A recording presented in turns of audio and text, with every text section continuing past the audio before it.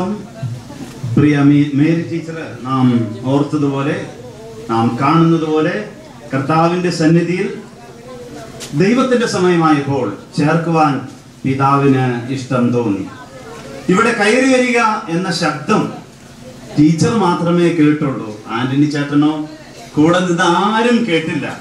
കാരണം അത് പ്രത്യേകമായ ശബ്ദം ടീച്ചർക്ക് വേണ്ടിയുള്ള സന്ദേശമായിരുന്നു. എബ്രായ ലേഖനം 11-ാമത്തെ അധ്യായത്തില് നാം ഇങ്ങനെ വായിക്കുന്നു, 13-ാമത്തെ വാക്യം അതിന്റെ അവസാന ഭാഗത്ത്, ഭൂമിയിൽ തങ്ങൾ അന്യരും പരദേശികളും എന്ന് ഏറ്റു പറഞ്ഞുകൊണ്ട് വിശ്വാസത്താൽ മരിച്ചു. ടീച്ചറുടെ മരണം എന്ന് പറയുന്നത് രണ്ട് വലിയ പ്രത്യേകതയുള്ള മരണമാണ്. ഒന്ന്, വെളിപ്പാട് പുസ്തകത്തിൽ വായിക്കുന്നത് പോലെ, തെസ്സലോനിക്കർക്ക് എഴുതിയ ലേഖനത്തിൽ വായിക്കുന്നത് പോലെ കർത്താവിൽ മരിച്ചു, അല്ലെങ്കിൽ ക്രിസ്തുവിൽ മരിച്ചു.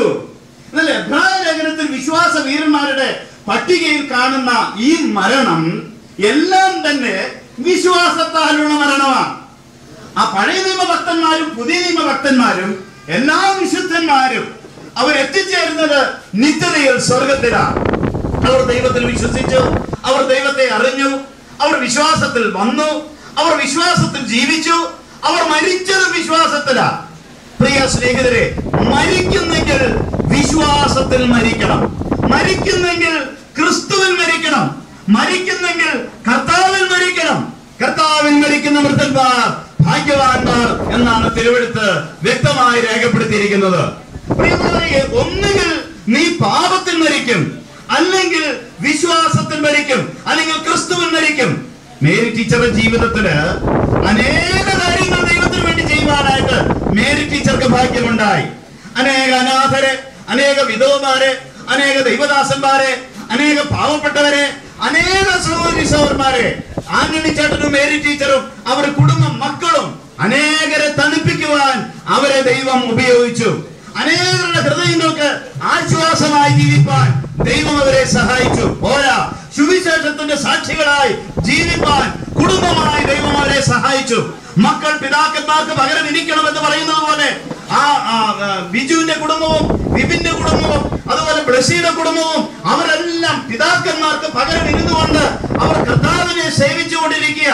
പിതാക്കന്മാർ അറിഞ്ഞ ദൈവത്തെ അറിഞ്ഞതുകൊണ്ട്, പിതാക്കന്മാർ സേവിച്ച ദൈവത്തെ സേവിച്ചുകൊണ്ട് സുവിശേഷത്തിന്റെ സാക്ഷികളായി ഈ കുടുംബം ജീവിപ്പാൻ തക്കവണ്ണം ഇടയായി തീർന്നു. വളരെ ശാന്തമായി മേരി ടീച്ചറുടെ വേല കർത്താവിൽ നിവർത്തിപ്പാനിടയായി. അതുകൊണ്ടാണ് ദൈവത്തിന്റെ സമയമായപ്പോൾ, നമ്മുടെ സമയമല്ല, ദൈവത്തിന്റെ സമയമായപ്പോൾ, അല്ലെങ്കിൽ സ്വർഗത്തിന്റെ സമയമായപ്പോൾ കർത്താവിന്റെ തന്റെ സന്നിധിയിൽ മേരി ടീച്ചറെ ചേർക്കുവാൻ തക്കവണ്ണം ഇടയായി തീർന്നത്.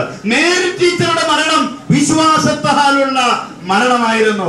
മേരി ടീച്ചറുടെ മരണം ക്രിസ്തുവിലുള്ള ഒരു മരണമായിരുന്നു. പ്രിയമുള്ളവരെ, ഒന്നുകിൽ നിങ്ങൾ പിശാചിന്റെ മക്കൾ, ഒന്നുകിൽ നിങ്ങൾ പാപികൾ, ഒന്നുകിൽ നിങ്ങൾ പ്രത്യാശയില്ലാത്തവർ, അല്ലെങ്കിൽ നിങ്ങൾ ദൈവത്തിന്റെ മക്കൾ, പ്രത്യാശയുള്ളവർ, അല്ലെങ്കിൽ ദൈവത്തിന്റെ ജനം.